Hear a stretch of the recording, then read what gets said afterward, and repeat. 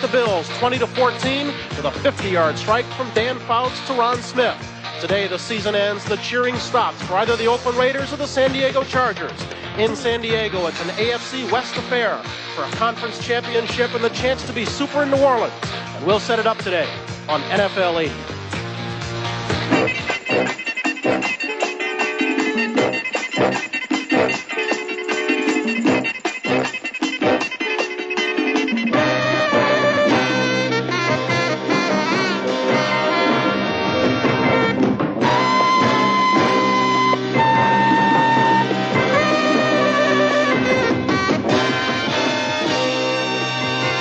NBC Sports presents NFL 80, an inside look at professional football and a preview of today's AFC Championship game.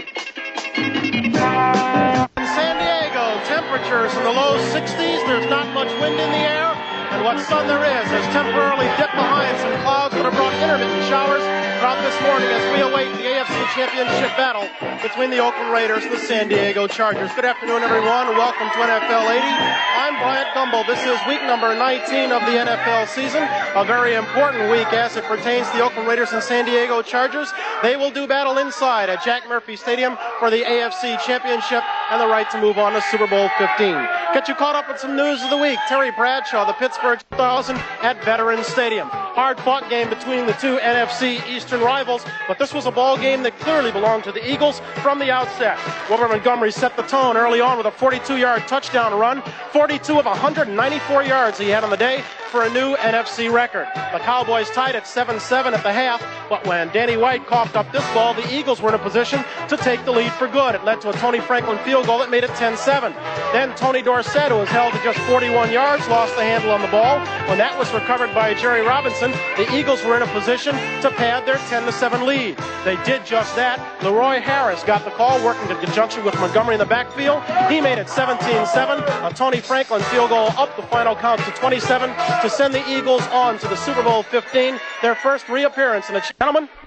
All right, Brian, it's a fact of football life that you have to be a bit lucky, too, when it comes to injuries. Healthy teams tend to do a bit better than those that suffer the critical key injuries, and it is good news for both Oakland and San Diego. Well, Dick, with a trip to the Super Bowl at stake, you want your best people on the field. Good news for Oakland. Kenny King, who's been hobbled with an ankle injury, running well. Seems to be healthy, says it's the best he's felt since midseason. He's the outside speed for Oakland. King, of course, had that 89-yard touchdown romp against San Diego earlier this year, and he did run like a frisky colt yesterday in practice. How about San Diego? Greg McCrary, back injury last week, critical because he's the second tight end. If he's not in the game, Kellen Winslow has to go to that tight end position. Takes a lot of the flexibility away from the San Diego offense. I'm sure that the way he's running, we may see him in the early going, but it's a question whether he'll be able to last and play effectively.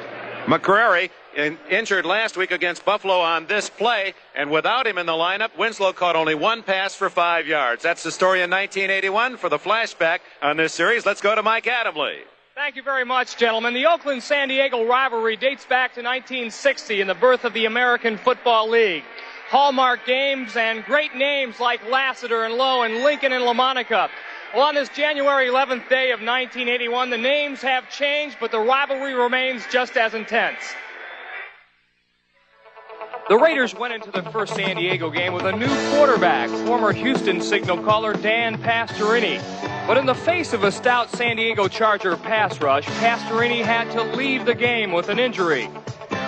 He was replaced by the comeback kid of 1980, number 16 quarterback Jim Plunkett, who threw this touchdown pass to number 88 Raymond Chester to send the game into overtime. And although the Chargers prevailed in game 1 30-24, Plunkett's performance was a preview of things to come. The Raiders avenged that earlier season loss in the rematch in Alameda County Stadium. Plunkett again was Mr. Resourceful, as evidenced by this run. So was another Houston acquisition, running back Kenny King, number 33. He stung the Chargers twice with touchdowns in a 38-24 Raider victory. Last week in weather better suited for the talents of speed skater Eric Keighton, Oakland coach Tom Flores watched his Raiders battle the Browns in the icy cold of Municipal Stadium.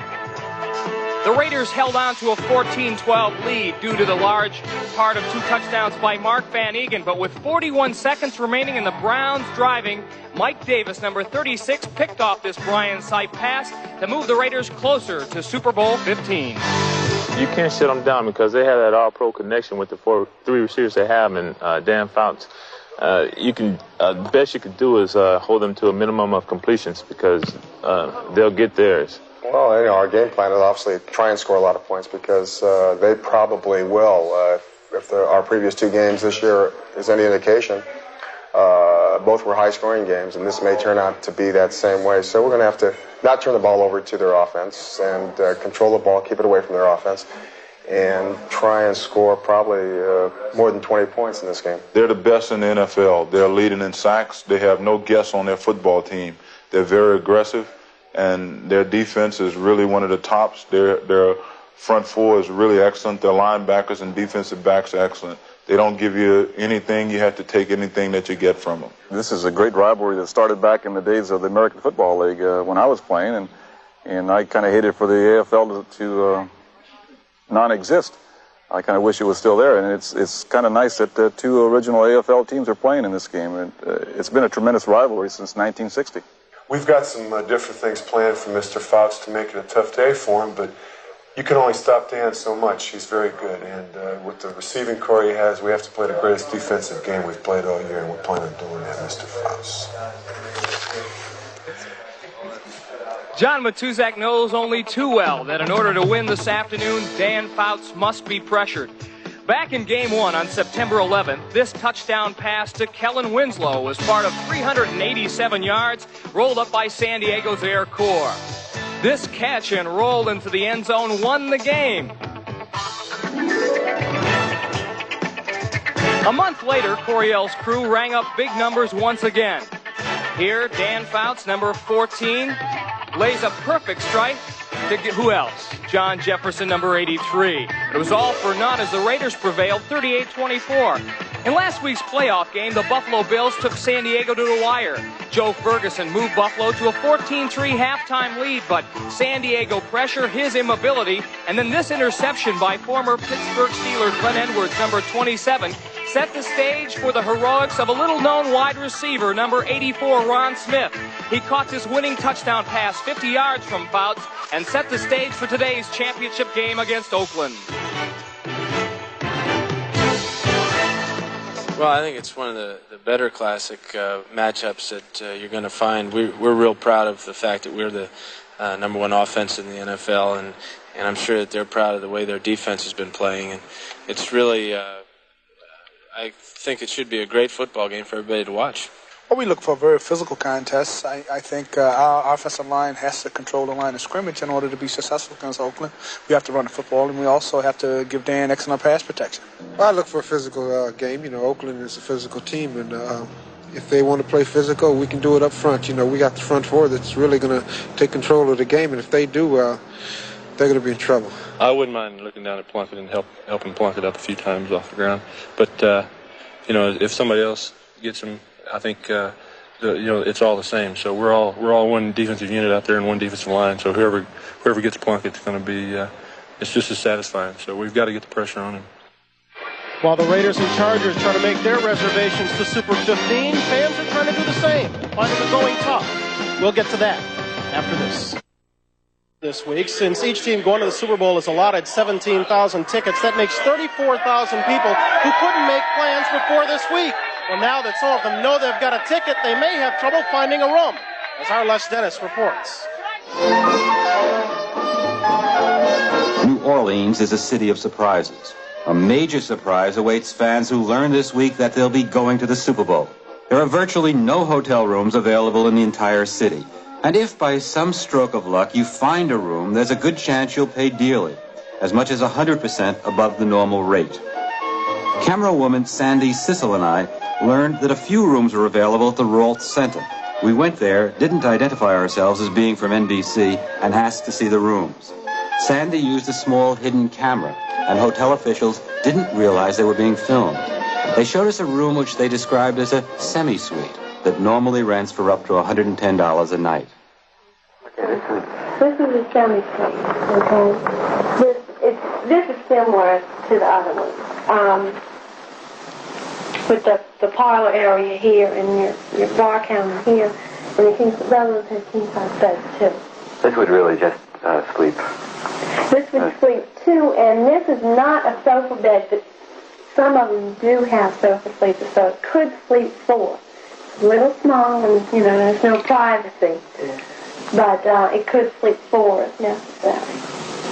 And how much would this be? This is $9.90. That's for 4 days. Fouts them. Lenny, you were one of the NFL's great improvisers. Plunkett hasn't had a great year in terms of numbers, but he's won the games when they counted.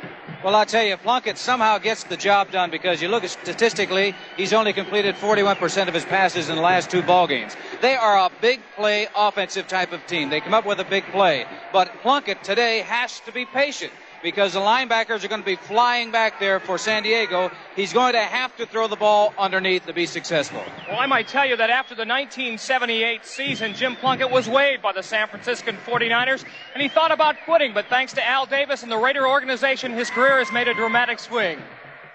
In his first season with the New England Patriots, Jim Plunkett was voted the NFL Rookie of the Year. But then things began to go sour. He was traded to the San Francisco 49ers, and after the 78 season, he was waived and signed as a free agent by the Oakland Raiders. Earlier, Jim had a chance to reflect back on those difficult times. I just couldn't believe this was happening to me. I've never been on a losing club at any point in my life, and then all of a sudden we were 3-11, and we were lucky to win the 3 games we'd won, and I said, well, where do we go from here? And I fired the coaches and had a big changeover, and then started building back up. And then I was beset by a few injuries, and things weren't going well. And I didn't know how much longer I wanted to keep playing if I wasn't going to get any further. And so that's when I decided to leave New England, basically, and try my luck somewhere else, which was in San Francisco. What about the San Francisco experience? It was almost worse than my New England experience. In fact, in some ways it was, because it was coming home to a place where I'd grown up and been known for a long time. And things, Monty Clark, we were in first place for much of the year and then fell off the second half. And then after that, things just kind of fell apart. Do you think it's a fair assessment to say that Al Davis resurrected your career? He's the one who's given me the opportunity to have another chance. And, I guess you could credit him with that for sure, but it was still up to me to perform. I certainly wish my career had been more successful than it has been. I've had some good moments and I've enjoyed it, although I've never gone to the playoffs or never been on a winning club until this year. Now it's just time to look ahead. Just as Plunkett plans to spend the day throwing to Chester, Chandler, and Branch, so Mr. Fouts plans on throwing to Joyner, Jefferson, and Winslow, 3 great receivers who have brought back to San Diegans memories from a man named Bambi. Old Spice presents Kickoff.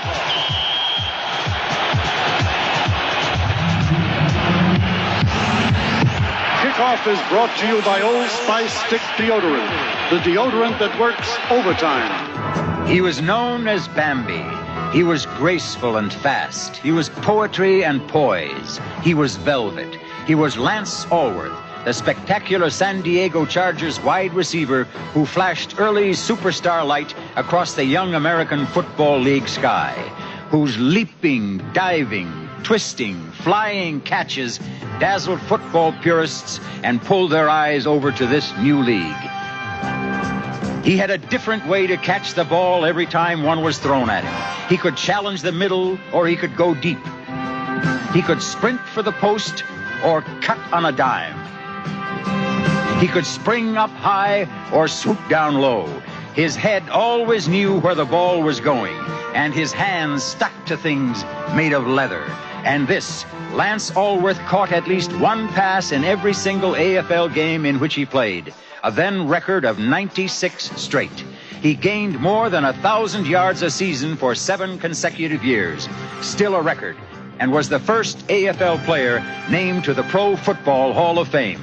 He was known as Bambi. He was Lance Allworth, and he could climb the sky. It's truth time for the San Diego Chargers and the Oakland Raiders, 2 teams that have written some wacky finishes throughout their rivalry, 2 charter members of the old AFL, 2 teams of the AFC West, 2 teams now set to fight for the AFC title and the right to go to Super 15 coming up on NBC. Score at halftime of today's AFC title game has the Oakland Raiders out in front of the San Diego Chargers by a score of 28-14. Dick, Merlin, I guess the story of the first half, quite simply, is a story of turnovers. The Chargers have been sloppy. No question about that, Bryant. In fact, the turnover possibilities were set up very early. Two teams that, in San Diego's case, they bounced the ball around, they've had interceptions, and Oakland very opportunistic in the way they've handled them. You know, when it rained this morning, Brian, I think a lot of the players woke up with the same feeling that, uh-oh, that's another thing to worry about. The rain, and maybe with the bad weather, there might be the turnovers. And there were occasions where that feeling came out in this first half. I think in an emotional game, too, the ball tends to bounce around a little bit more. The Raiders have hit, I think, harder than San Diego the first half. A lot of good hitting. Dick, Merlin, it appears to Mike and I down here as if Oakland's front line is just handling San Diego's defensive front. Is that the way it looks to you upstairs? I think they've certainly given their quarterback Plunkett a lot of time to throw, and that vaunted rush has gotten to him a couple of times, but very late. He's had time to throw the football, and often much more than they would like to allow him. And San Diego, don't forget, they were down twice deep in Oakland territory, Bryant, and coughed up the ball. If they score, we have an even game at 28 at the intermission. Okay, Dick, Merlin, thank you much. Our score at the intermission is 28-14. Let's turn our attention to the first half. It was the first half that the Chargers would sooner forget. Their problems began actually on the third play from scrimmage. You see Jim Plunkett there. Third play from scrimmage, he bounced one off the hands of Kenny King into the arms of Raymond Chester. Well, you recall the John Mackey rule. Raymond Chester took it the other way, 56 yards. Suddenly the silver and black is up by a score of 7-0. But this one was a wild one from the start. First play from scrimmage for the Chargers. Dan Fouts up top. Into the hero of last week, Ron Smith, 55-yard strike. Looked like San Diego was going to come back and tie the ball game immediately. But instead, Lester the interceptor. Look at this. The man has 5 pickoffs during the postseason to go with 13 in the regular season. It stopped the San Diego drive. Still, Dan Fouts did manage to tie the ball game up by going upstairs one more time. When you're in a clutch situation, you look to number 18, Charlie Joyner. Dwayne Elstein was all inside his jersey on this play, but instead, Joyner comes away with the ball. Just like that, San Diego had tied the ball game at 7. It was left then to Jim Plunkett, who hit 7 of his first 9 passes to march his club down the field. He did that. Then when he couldn't find a receiver, ran it the final 5 yards for a touchdown that put Oakland ahead by a score of 14-7. Following a Fouts interception, Plunkett in position again for a touchdown. 21 yards into the arms of Kenny King, 21-7 Oakland.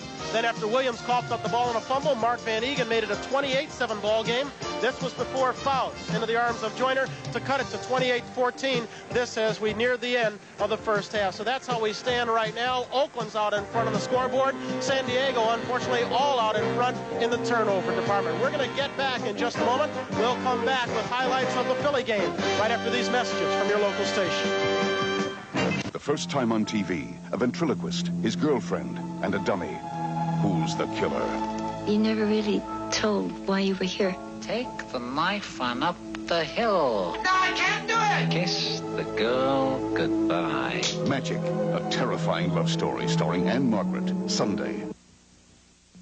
The Bingo Palace Casino announces the greatest food offer in Las Vegas. We call it the Breakfast Supreme, and it's only 49 cents. It includes 2 eggs, bacon or sausage, potatoes, toast, and jelly, and it's served 11 p.m. to 7 a.m. every day.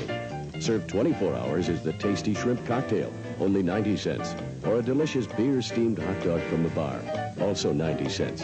Enjoy good eating and good food anytime at the Bingo Palace Casino. The first team delivers again for you. Now the first team is delivering extra interest when you open a checkbook interest account. Well, good morning, Mr. Collins. Good morning, Sally. How are you? This interest checking plan pays 5.25% annual interest, and it's free with a $1,500 minimum balance. Well, all right. It pays to check with the first team. Join the First National Bank First Team. You could buy all these copiers and still not get everything that's in the small new Savin 840. That's why you'll find it in blue chip companies and chocolate chip companies.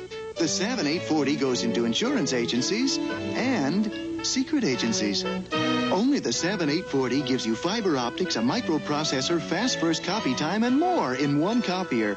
The new Savin 840, the first small copier to do it all. Savin products are available at American Office Equipment Company.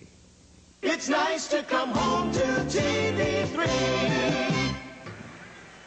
Joined now by Mike Adamle. We've been watching Oakland-San Diego go at it for the second Super Bowl berth. Earlier today, Philadelphia decided the first one by turning back Dallas 20-7. And Michael, the hero of the game, was young Wilbert Montgomery. Now, coming into this one, everybody said, hey, he's a little guy who's been beat up. But from the opening gun, when he scored a touchdown, it was his ball game, 194 yards. Well, watch him go. This one went for 42 yards and gave Philadelphia a 7-0 lead. All week long, Dick Vermeil had been selling wolf tickets, saying his team wasn't healthy. But watch Carl Hairston here. Well, he makes Danny White fumble. This was in the third period after it was 7-7. It set up a Tony Franklin field goal, made it 10-7. White did not have the best of ball games. He completed this one to Jay Saldi, but Tony Dorsett, with a fumble, spoiled the drive. Well, this touchdown pass went for 28 yards, and as you said, it made it 10-7 in favor of Philadelphia. But watch what happens here. Wearing the cursed blue jerseys, number 33, usually reliable, coughs up the ball, and Philadelphia has it, and they're in business again. Well, it set up a Leroy Harris touchdown of 9 yards. This after Jerry Robinson returned it. When Harris went over from 9 yards out, it made it Philadelphia 17, Dallas 7. Fans in Philadelphia were going nuts in 5-degree weather. Harris taking it 17-7. They added a Franklin field goal, and now it's 20-7. Philadelphia the winner. Does that surprise you? Well, not at all, really. I think that the key to here was we watched Wilbert Montgomery go 54 yards for the last touchdown of the game. And what a day he had. It's a new NFC championship game record. The key for Philadelphia, as it has been all year long, is to keep their key people healthy. Jaworski stays healthy. Wilbert Montgomery stays healthy. Philadelphia is going to win. I think also they got a great day out of their defense. Okay, let me ask you real quick, when we're getting in a hypothetical situation, how does Philly stack up against either one of these teams as we look down the road to Super 15? Well, you know, they played them both during the course of the regular season. They whooped Oakland pretty bad, and they just lost to San Diego by a point, so I would say pretty well. Okay, final again from Philadelphia was Philadelphia 20 and Dallas 7. So we know one of the teams in the Super Bowl. We're still trying to figure out the other one. Oakland right now out in front of San Diego by a score of 28-14. We turn our attention now to two people who have been dominating the news all week, both of them coming out of Houston. One is Earl Campbell, the other Bum Phillips. Bum Phillips, as you know, is out of a job and courting New Orleans, and Earl Campbell, well, as we hear from this story by Neil Roberts, he's thinking about renegotiating. For 3 seasons, Earl Campbell has been a dominant force in the NFL. Now Campbell is saying, through his agent, Will Stewart, he's willing to sit out next season unless he is traded or his contract is renegotiated. The Oilers' stand is simple: no renegotiation and no trade. Earl was upset with the firing of Bum Phillips on New Year's Eve. He and Bum are extremely close friends, yet Campbell insists his present stand is not a backlash to Bum's firing. His agent spoke with the Houston media on Wednesday. It's very frustrating for Earl when he has to go to Chicago or New York and play, and he's got the peers of his league and of his profession looking at him and saying, you know, talking to him and saying, yeah, boy, if anybody deserves a better deal because your deal is really a bad deal. I mean, you know, he's heard that for 2 years. Sure, it bothers him. Earl's original contract was renegotiated at the end of last season. His current deal is for 5 more years, calling for $300,000 a year plus incentives. But much of this money is said to be in deferred payments, and he wants his money up front. He also feels this could open the door for his teammates. There are a lot of players on the team that are very unhappy and have been for a long time. It's not a new thing. It's at least for the last couple of years. And I think the Oilers feel, obviously, that if they can say no to Earl Campbell, they can say no to anybody. And we recognize that, and they know that, and the other players know that. And in the last few days, the number of players that have called and talked to Earl and shown their support has been very, unbelievable. It's hard to believe that Earl would actually sit out 1981, but if he chooses to do that, he'd have to sit out not just 1 year, but 5 years. Whit Stewart says he and Campbell are willing to give and take on the issues. Now it's up to the Oilers. In Houston, Craig Roberts. The city of New Orleans is in an unusually festive football mood these days. Bum Phillips, abruptly fired in Houston, is the heads-on favorite to become the next head coach of the Saints, the NFL's losing his team in 1980. Oh, I think it's great. I think his personality and the way Bum Phillips is be good for this city. Well, I've been a Saint fan for 14 seasons, and I'm just as tired as anyone else of seeing them lose. The players, some of them have only been here 6 or 7 years, and so they're only losers for 6 or 7 years. So I've been looking forward to having Bum Phillips come here. I think it would be real good for the Saints and the community. I think he's an excellent coach. I don't know about hot in the booth, but I know I'll buy some tickets. As for Phillips, the feeling is strongly mutual. If given the opportunity, he boasted he would pack his cowboy hat and boots, saddle up, and ride into New Orleans? Quickly. Like tomorrow. Phillips has met twice with Saints owner John Meekum, and he himself admits that Phillips is in fact the front runner. And that has them bum crazy way down yonder in New Orleans. I'm Ed Harding for NFL 80. Whatever their problems, Bum and Earl are home for the season, and the day belongs to the Chargers and the Raiders. One of them only has 30 minutes of football left in their season. It's 28-14, the second half. From David Neal, Associate Directors Richard Klein, Mary Buda, John Filippelli. Thanks to our spotters, Bill Edwards, Dan Sexton, also Bob Sexton and Dennis Mnuchin, Joe Costanzas, our statistician. Down to the final seconds. 5-4. The Oakland Raiders and the Philadelphia Eagles go to Super Bowl 15.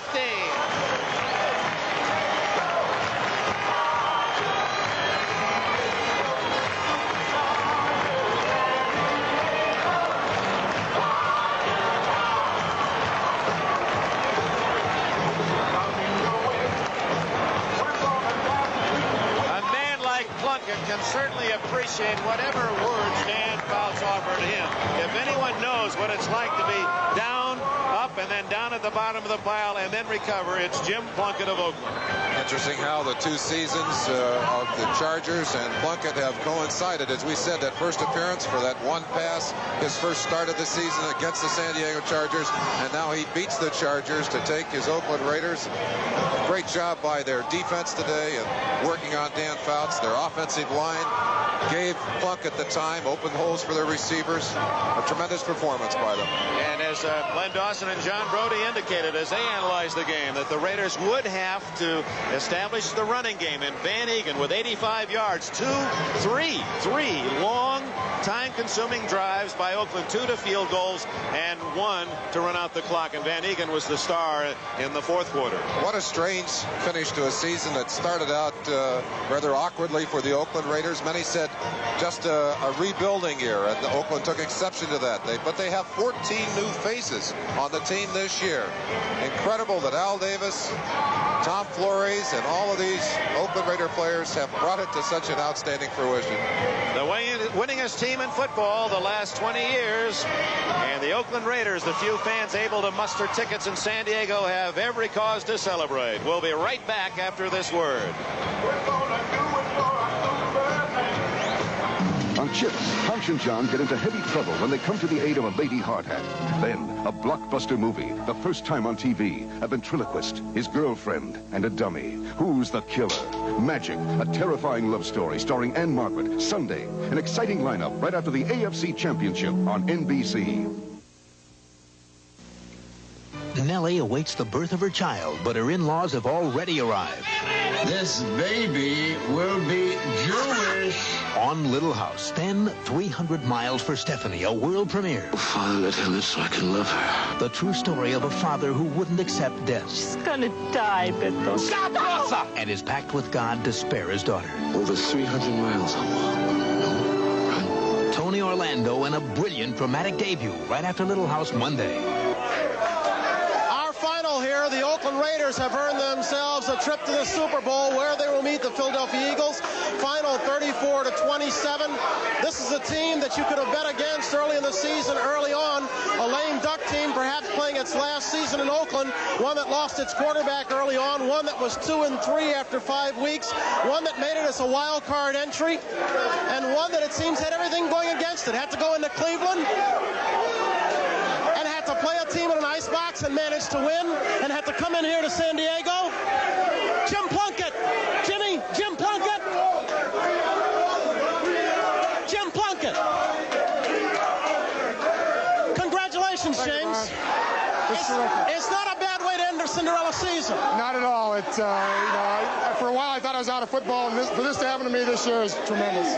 This team was 2-3 after 5 weeks. Dante Pastorini went down with an injury.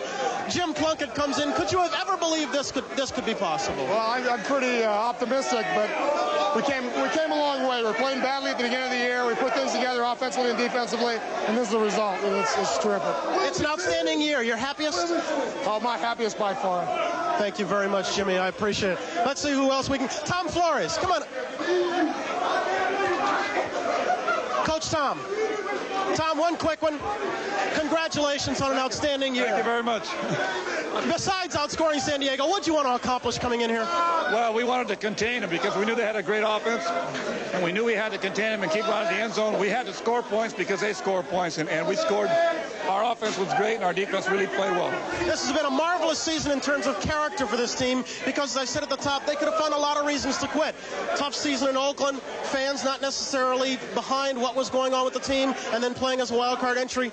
You deserve a great deal of credit. Well, thank you very much. I'll tell you, this is a great bunch of guys. We played hard together, we hung in, and I'm very proud to be a part of this team. I'm proud of them. They're great. And one final thing, I want you to be here for this as I go back to Dick Enberg with it. You're a man who holds a grudge a long time. First pro football game played in San Diego, September 18th, 1961. Raiders lost 44-0. Their first score, the Chargers' first score, was an interception picked off a quarterback named Tom Flores. This more than makes up for it, doesn't it? That's right. It really makes up. It's been a long time. We deserve to be where we are. We really do. Tom, congratulations. We'll see you in New Orleans. Let's go on over to the San Diego dressing room and join Mike Adamle, who's with Gene Klein. Well, Bryant, players and organization people will be the first to tell you that losing a ball game is not the end of the world, but it's got to hurt after coming so far and playing so well. Gene, first of all, the thing about that people have been asking about the Chargers' personality. They're a team that runs up great numbers of statistically, defense and offensively, yet they're a mystery team. They play so well in spurts, and then sometimes they fall apart. How did you feel about today's contest? Well, it was no mystery. I just think the ball bounced the other way. We came back from a 21-point deficit. We damn near made it. This team has nothing but character. They're nothing but fine football players and fine gentlemen. We're sorry we lost, but we hold our heads high, darn high. We're proud of the season we had. We came awful close, and we'll just go to work next year. Is it a particularly bitter pill to swallow because of the fact that it is the Oakland Raiders? Wouldn't make any difference if we lost to San Diego High. We lost. That doesn't make any difference at all. It makes no difference who you play. We needed this game to go down in New Orleans. We didn't get it. They got it, and that's the way it is. Gene, thanks very much for joining us, and again, congratulations on the season. Thank you. Okay, right now let's go up to John Brody and Lenny Dawson. Thank you, Mike. I think you can reflect on a lot of reasons, Leonard. It was one of the best playoff games that I've ever seen, and personally, it's a tribute to the Oakland Raiders. As it has been said so often, this was a transition year. How good are they going to get in the future? I think it's the swiftest transition any team ever made. Plunkett's got to be their guy in the future, as he is today. Any reflections on his play? Yes, you know, we said before the ball game that Plunkett has to be patient and try to throw underneath the linebackers, and he can't afford to turn the football over to this very explosive San Diego football team. He did exactly that. Plus, he added another dimension that he has done in the past, and he's taken off on his own and come up with some valuable yardage. Scored one touchdown, and I think it was an outstanding performance by Plunkett.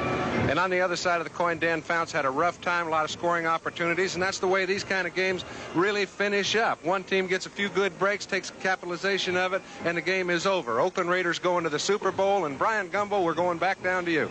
Okay, JB, Lenny Dawson, thank you very much. I'm standing here with Mark Van Egan, who was responsible for an Oakland Raider ground game that went over the 100-yard mark today. Mark, you were around the last time the Raiders made the trip to Super 11. This team is a lot different, isn't it, in terms of character, in terms of style? Very much so, in that back then we pretty much, we almost conceded ourselves a championship. Getting to the championship, only thing we had to do back then was just win that last game. This year was so different in that we weren't supposed to go anywhere, so every game was a complete challenge for us. And I would like to say that I knew we were going to do it way back then, but I didn't. I just knew that from midseason on, I knew we were rolling really well. It seemed like because of problems on and off the field that it was a Raiders against the world kind of temperament on the team. Do you buy that? Yeah, pretty much. I don't think you could have much more adversity that has been happening around our team in the last 18 months or so, with people leaving and a possible move to another city, and a quarterback controversy, and breaking his leg, and a new quarterback, and so many new faces in the lineup. I guess nobody could really imagine that we'd be where we are now, except we did. From midseason on, we knew we had something, and well, we're here. I'm happy. Mark Van Eden, congratulations. Thank you. See you in New Orleans. Let's go on back out on the field now to another person who believed all along the Raiders would be headed for New Orleans. That's Newsweek's Pete Axtone. Peter.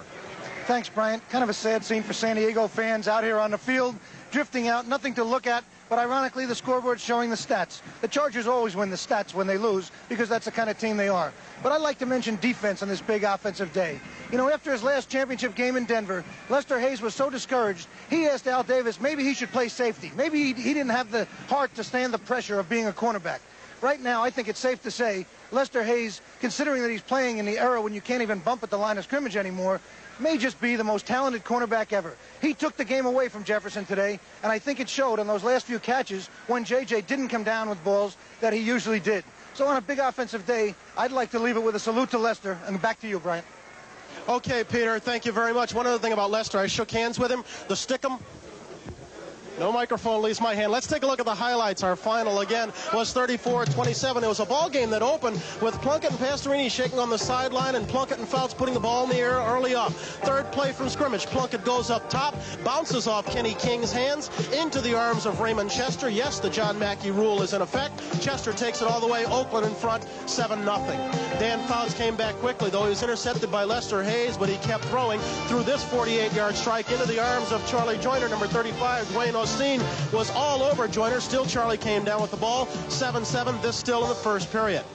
After that, the Raiders got one to make it 14-7 before Plunkett found Kenny King in the corner of the end zone to make it 21-7, putting the Raiders in front. When they opened it up to 28-7, it seemed like it might be a rout, but before the half ended, it was a Fouts to Joyner, 8-yard touchdown pass that closed the gap to 28-14. That's how they broke for intermission. Perhaps things could have been different early on in the third period. Johnny Jefferson over the middle here, wide open in a 28-14 ball game, but JJ, the great JJ, over 1,000 yards, could not hang on. And so it was left to Mike Fuller to try to get San Diego Chargers back into the ball game. 28-17 at this point when he got the San Diego Chargers in good field position with a 28-yard punt return. The drive was concluded when Chuck Muncie took it over from the 6, 28-24. But that was as close as the Chargers could get because the Raiders held firm, and when Barr kicked a 23-yard field goal, they assured the final of 34-27. It was just left to Jim Plunkett and company to run out the clock, and who would have ever thought back in week number 6 that the AFC title game would come down to Jim Plunkett just running out the clock to send the Oakland Raiders on their way to New Orleans. So our final again, the Oakland Raiders turned back the San Diego Chargers by a score of 34-27. They're on their way to New Orleans in Super 15 to meet Philadelphia. You'll see it right here on NBC. I'll be there, and Dick Enberg, I know you will too. Richard? Bryant, looking forward to it. I guess Merlin Olsen, when you score 61 points in a game, it's hard to talk about defense, but you have your feelings in that regard. Well, I think the battle in the trenches was won by Oakland, and that really turned the tide. They were able to get pressure with a four-man rush. They didn't have to blitz to get Fouts uncomfortable in there, which is something we talked about early. And on the other line, on the other side of it, they were able to handle the defensive line for the San Diego Chargers, make room for those backs, give them some room upfield, and I think the running game and the battle in the trenches turned in Oakland's direction, and that really made a big difference for them. And of course, the 3 turnovers, it was true to form. You pointed it out early in the telecast. One team gives up the ball more often than anyone in the league. San Diego, they did. Oakland didn't cough it up once. It's a shame that one of these teams has to walk off the field losing, and they'll think about this last game instead of all the great victories they've had during this year. But a good matchup, a well-fought, hard-fought game, and a worthy champion on its way to Miami or to New Orleans. Don't go to Miami. On its way to New Orleans to meet the Eagles. And when you look ahead to the Super Bowl from the American Conference point of view, you think about one personality, Jim Plunkett. Jim Plunkett won the Heisman Award at Stanford in 1970. His coach, his quarterback coach at Stanford, was Dick Vermeil, now the head coach of the Philadelphia Eagles. Tom Flores from the College of the Pacific and Vermeil from San Jose State were opposing quarterbacks in a big game in Stockton in 1959.